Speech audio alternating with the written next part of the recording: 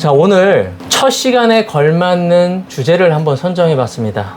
여기 앞에 PPT 화면을 보면은 알겠지만 성경을 공부하는 목적이라는 주제를 가지고 첫 시간을 여러분과 함께 말씀을 나누고자 합니다.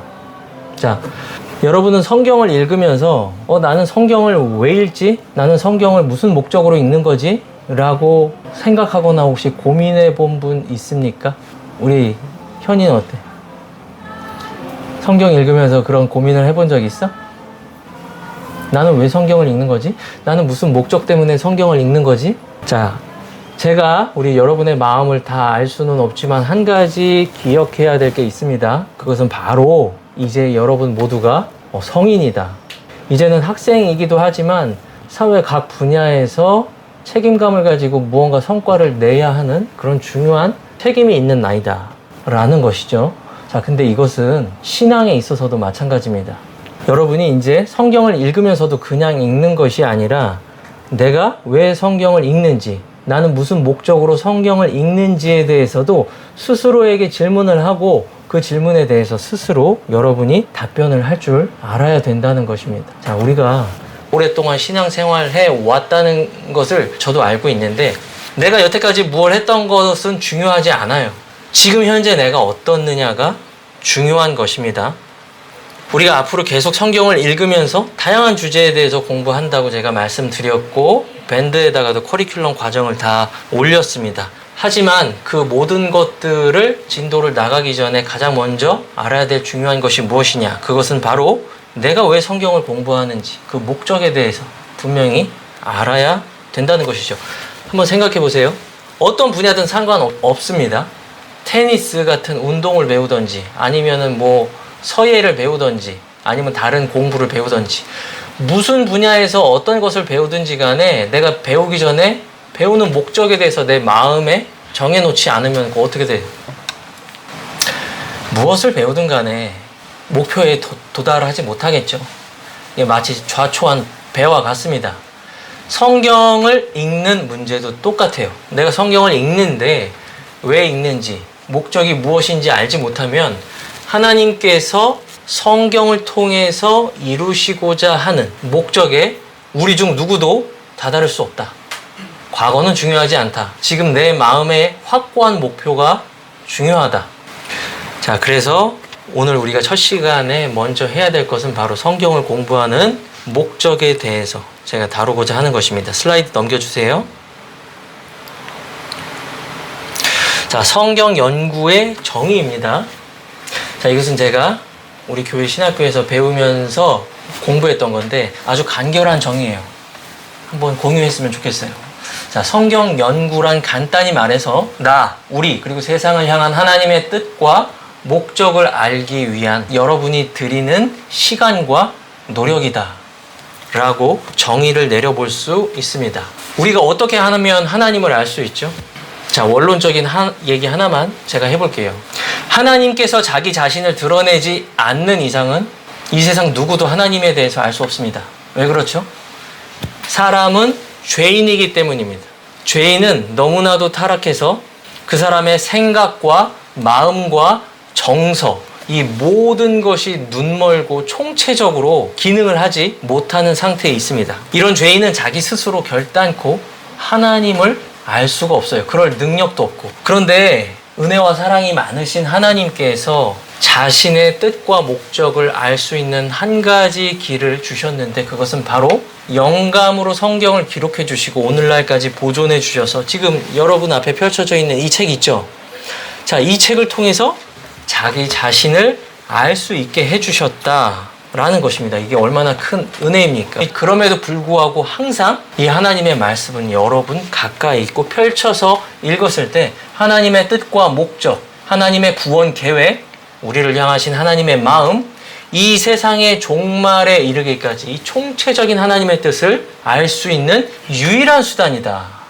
그것이 바로 성경이라고 말할 수가 있습니다. 우리가 이 위대한 책, 정말 전무후무한 책이죠. 여러분이 읽었던 책들 한번 떠올려 보세요.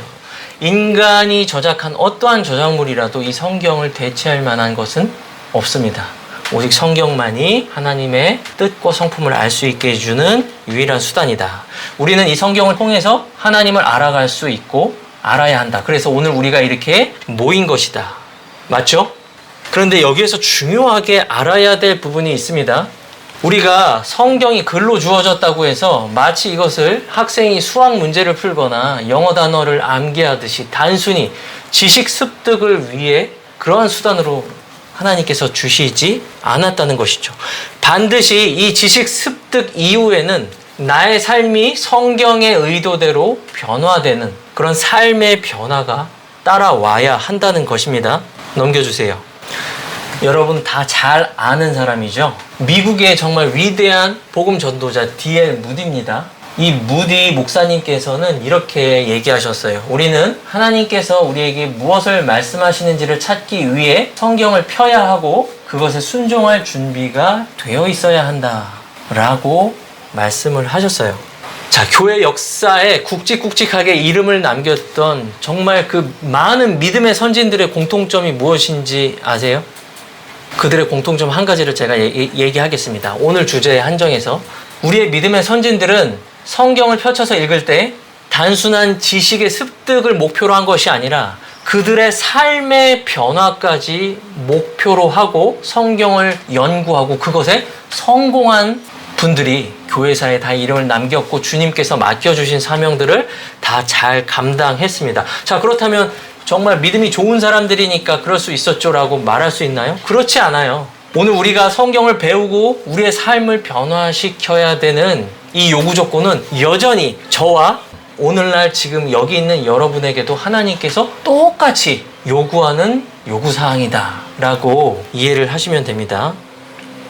자, 한번 생각해 보세요. 무수히 읽었을 거예요. 목사님이 설교하시면서 오늘 본문 여기입니다 라고 하면서 읽고 집에서 읽으라고 하니까 읽고 뭐 가끔 또 읽고 싶으니까 읽고 또 마음에 감동이 있으니까 읽고 하지만 우리가 머리에서 멈춰 있지 않고 그것이 가슴으로 내려와서 행동으로까지 우리 삶 전체에까지 이어져야 된다는 것이죠. 슬라이드를 넘겨주세요.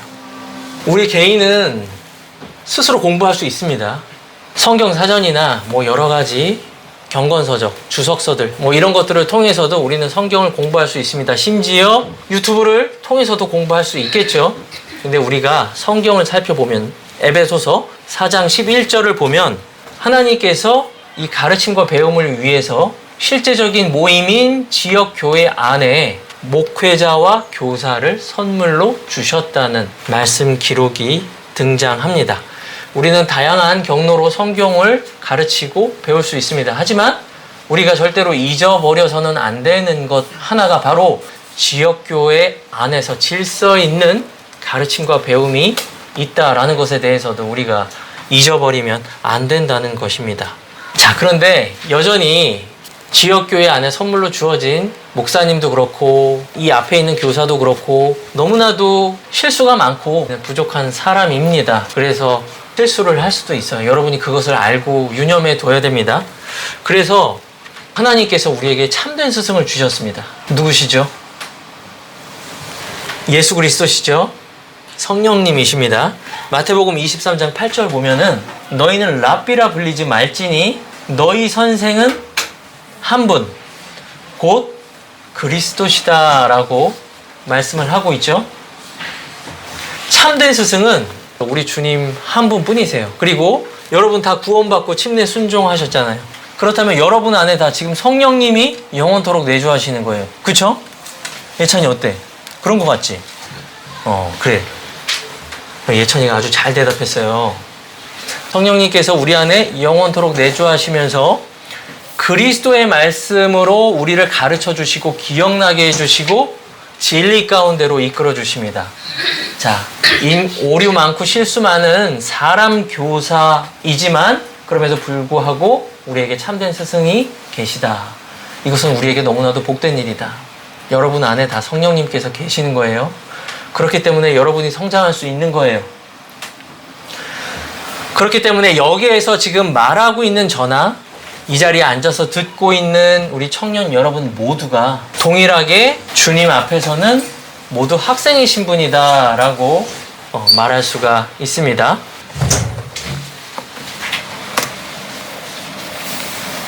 자, 제가 이것을 말씀드리는 이유가 있습니다. 여러분이 조심해야 될 게 있어요. 성경을 가르치고 배울 때, 특히 배울 때 조심해야 될 것이 무엇이냐? 그것은 어떤 특정한 사역자나 성경 교사를 맹목적으로 따르고 필요 이상으로 높이거나 우상시하는 것을 조심해야 됩니다. 제가 20년 전에 신학대학교를 졸업했어요. 그때부터 지금까지 어찌됐든 성경을 읽고 신앙생활을 해왔습니다. 제가 뒤돌아보건대 저도 필요 이상으로 높이 생각했던 성경 교사들이나 사역자들이 있었던 것 같아요. 그런데 시간 지나고 보니까 제가 깨달은 것이 무엇이냐? 이건 저한테 있어서는 되게 중요한 교훈인데, 그 사람들도 나와 똑같이 실수하고 똑같이 연약한 사람이다 라는 것을 시간이 지나서 발견하게 되었다는 것입니다. 자, 그때는 그 사람 말이 다 맞는 것처럼 들리는데, 시간이 지나고 나도 성장하고 나의 성경에 대한 이해도가 높아짐에 따라 그 정말 엄청나게 보였던 그 성경교사도 틀리는 게 있다는 것이죠. 그러니까 사람을 필요 이상으로 높이는 것, 우상시하는 것, 그것들을 우리가 경계해야 된다. 자, 성경 기록의 목적을 살펴보도록 하겠습니다. 이 목적에 대해서 살펴보기 전에 우리가 손에 가지고 있는 이 성경이 완전한 하나님의 계시다라는 것을 여러분 마음속에 새겨 넣을 필요가 있습니다. 우리가 조금 마음을 가다듬을 겸 디모데후서 3장 16절 한번 말씀 볼게요.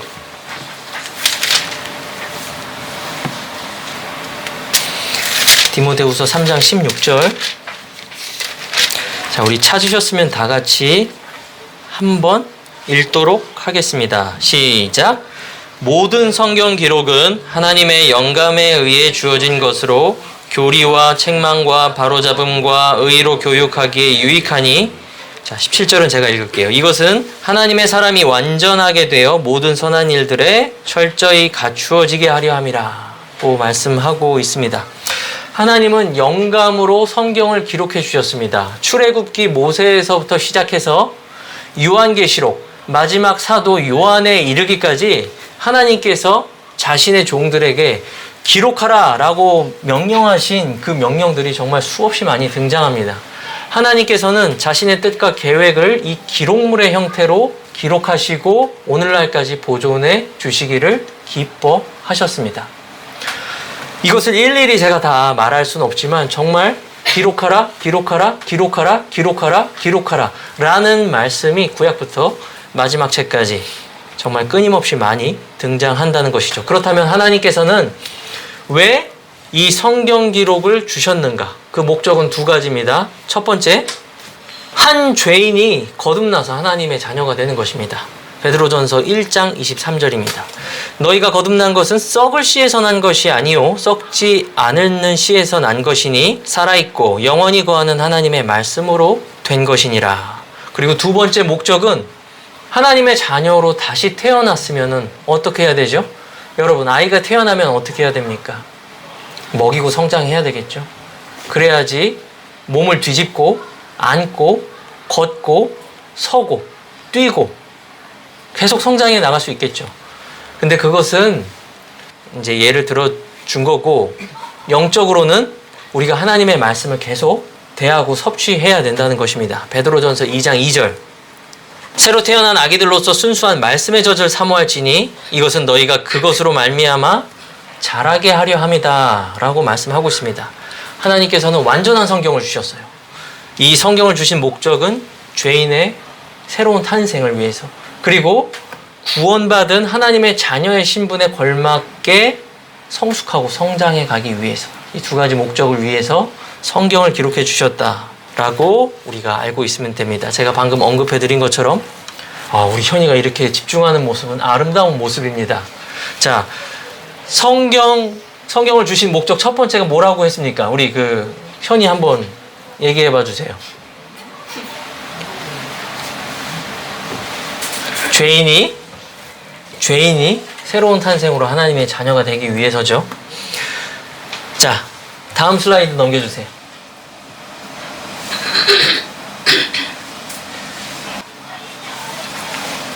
자, 성경 연구의 첫 번째 목적은 탄생입니다. 자, 여기서 여러분 중요하게 알아두어야 될 개념이 있습니다.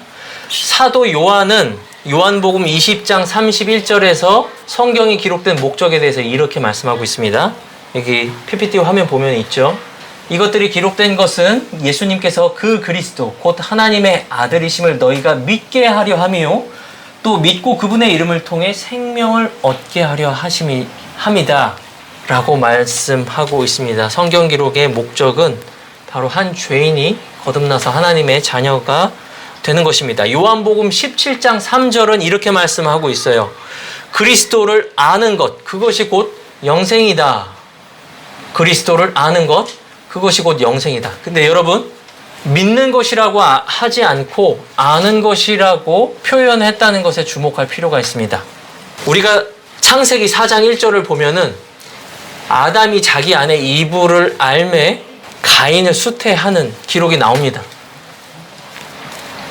성경에서 안다는 것은 세종대왕이 과거에 실제로 존재했던 인물이다 라는 것에 내가 지적으로 동의하는 것, 그 이상의 의미를 가지고 있습니다. 예수 그리스도를 아는 것이 영원한 생명입니다. 자, 이 아는 것은 아담이 이브를 알아서 한 생명을 산출해 낼 만큼의 전인격적인 믿음을 의미합니다. 실제로 여러분 안에 생명이 잉태되고 그 생명이 산출되는 것, 예수 그리스도를 아는 전인격적인 지식이 여러분을 거듭나게 하고 새롭게 탄생하는 참된 지식이다. 슬라이드 넘겨주세요. 자, 제가 방금 말씀드렸던 것처럼 이런 참된 거듭남, 영원한 생명을 얻은 성도에게는 새로운 갈망이 주어집니다. 여러분이 나중에 가정을 꾸리고 배우자와 아기를 낳았을 때 여러분은 그때에서 진짜 실제적으로 경험하게 될 거예요. 신생아가 2시간마다 울면서 산모를 괴롭힙니다. 젖을 먹기 위한 그 식욕이 엄청납니다. 베드로 전서 2장 2절은 그것을 모티브로 해서 이렇게 말하죠. 새로 태어난 아기들로서 순수한 말씀의 젖을 사모할지니. 이제 여러분이 그러한 전인격적인 믿음으로 거듭났다면 이제 새로운 갈망이 생깁니다. 말씀을 사랑하게 됩니다. 말씀이 궁금해져요. 말씀에 대해서 배우고 싶고 더 알아가고 싶다는 마음이 여러분 안에 저변에 깔려 있게 됩니다. 그리고 이러한 마음과 더불어서 실제적으로 내가 말씀을 공부하고 읽을수록 어떻게 되죠? 나는 충족감을 느끼게 되겠죠. 그리고 지속적으로 묵상과 연구, 그 말씀의 순종함을 통해서 여러분의 삶은 열매 맺는 삶으로 점차 변해 가기 시작합니다. 이전에 내가 좋아했던 악습들, 내가 예수님을 알고 구원받기 이전에 쫓았던 여러 가지 나쁜 습관들, 이런 것들이 내 삶에서 점점 죽어가는 가지를 쳐내듯 사라지고 예수님을 더 닮아가는 그런 성도들이 된다는 것이죠. 자, 제가 지금까지 말씀드린 이 두 가지만 순탄하게 이루어진다면 성경이 약속한 대로 우리 삶은 열매로 가득 찰 것입니다. 성령님의 열매로 능력 있는 성도가 되어서 지역교회를 잘 섬기고 교회는 나날이 튼튼해질 것입니다. 그런데 그와 반대로 잘못된 동기와 목적이 성경 공부하는 학생의 마음을 자리 잡는다면 어떻게 될까요? 경계해야 될 동기들이 있습니다. 그것은 단순한 지식을 획득하려는 생각입니다. 많은 사람들이 요즘에 뉴 에이지라는 점성학과 관련된 철학, 그거에 관심이 많습니다. 이런 오컬트적 관심이 있어서도 성경을 찾아보는 사람들이 요즘에 꽤 많이 늘어나고 있어요. 그런데 이런 단편적인 지식, 자기 호기심을 만족하기 위한 지식을 채우기 위해서 성경을 보는 것은 새로운 생명을 잉태할 수 없다. 열매를 맺을 수 없다. 또 내가 저 사람보다 성경을 더 많이 알아서 내가 더 저 사람보다 인정받는 사람이 돼야지. 이런 생각도 열매 맺지 못하는 잘못된 성경 연구 방법입니다. 대표적인 것이 율법사들과 서기관, 바리새인들이 그러했죠. 이러한 잘못된 목적으로 성경을 연구한 결과가 무엇이냐? 그것은 아무런 생명력 없는 삶은 엉망진창이면서 그저 머릿속에 지식만 가득한 그런 가분수적이고 기형적인 신앙인이 되어버린다는 것입니다. 머리만 뜨겁습니다. 하지만 가슴은 냉담하죠. 사랑의 마음도 없이 날카로운 비평과 비판만이 그 사람을 특징 짓는 모습으로 보여지게 되죠. 그렇게 강조하고 암과 지식을 강조하는 그 많은 성경 지식에 있어서 정작 자신은 그것을 실천하지 않습니다. 자, 이것이 바로 잘못된 동기로 성경을 공부하고 연구하는 것의 결과이고 일종의 역기능이라고 할 수가 있겠죠. 자, 이제 마지막입니다. 이제 여러분의 마음에 새겨두어야 할 것입니다. 바른 성경 연구의 열매, 결과는 무엇입니까? 바로 거듭남, 영적 성장, 그리고 성령의 열매입니다. 이것이 성경이 기록되고 성경이 지금 여러분 손에 들려있는 목적입니다. 여러분, 이 세상에 우연은 없습니다. 오늘날 하나님께서 여러분을 부르시고 구원해 주시고 여러분 손 안에 하나님의 뜻과 계획을 알 수 있는 이 성경 기록을 손에 들려주셨다는 것 자체가 놀랍고도 크신 하나님의 은혜죠. 이 계시의 말씀을 주신 이유가 뭐라고 했죠?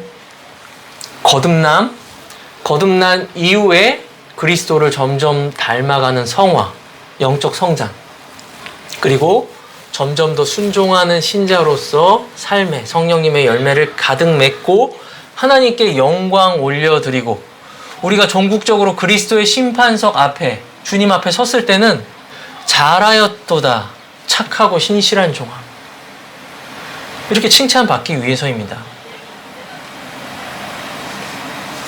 제가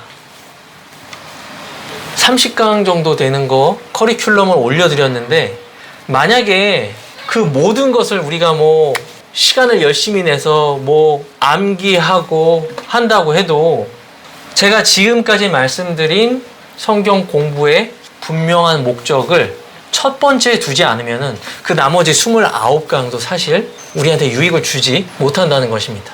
하나님에 대해서, 예수 그리스도에 대해서, 성령님에 대해서, 천사와 마귀에 대해서, 구원에 대해서, 종말에 대해서 이 조직신학적인 모든 성경 지식에 통달한다고 해도 이 기본적인 경건이 여러분의 마음속에 확고한 첫 번째 목표로 설정되어 있지 않으면은 앞으로도 무엇을 배워도 그것이 여러분한테 유익이 되지 못한다는 것입니다.